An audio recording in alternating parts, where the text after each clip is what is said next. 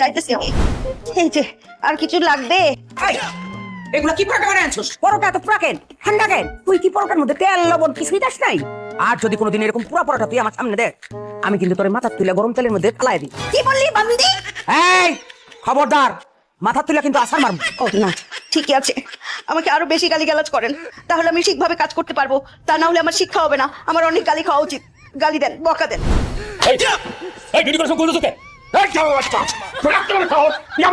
দেখো পাগলের বাচ্চা কি কয়, দারোয়ান সে না, দারোয়ান তুই। ভালো করে পোশাক দেখ। ও আসলেই তো আমি তো দারবান, রাত্রিবেলা মশার কামড়ে ঘুমাইতে পারি নাই স্যার, এই জন্য একটু চোখটা লাগিয়ে আসছিল। চোখ লাগে আসলে চোখ এইরকম টাইনা খুলে তাকে থাকি, বুঝছো? অশিক্ষিত মূর্খ গরিব ছোট লোক আনকালচার। শোন, আর কখনো যদি ডিউটি করতে এসে ঘুমে যাস তাহলে লক্ষ্মীবেলা চাকরি থেকে বাড়ি করে দেবো। আমি এখন থেকে ঠিক মতো কাজ করবো, ডিউটির মধ্যে আর ঘুমাবো না স্যার, কথা দিলাম স্যার। নয়, এই গরিবদের সাথে কথা বলতে বলতে মুডটা আমার অফ হয়ে গেছে। আমি মনে হয় আজকে আর বাইরে যেতে পারবো না। ঠিক আছে, তুমি এক কাজ করো, তুমি মাইকে নিয়ে বাইরে যাও, আমি একটু রেস্টে গেলাম।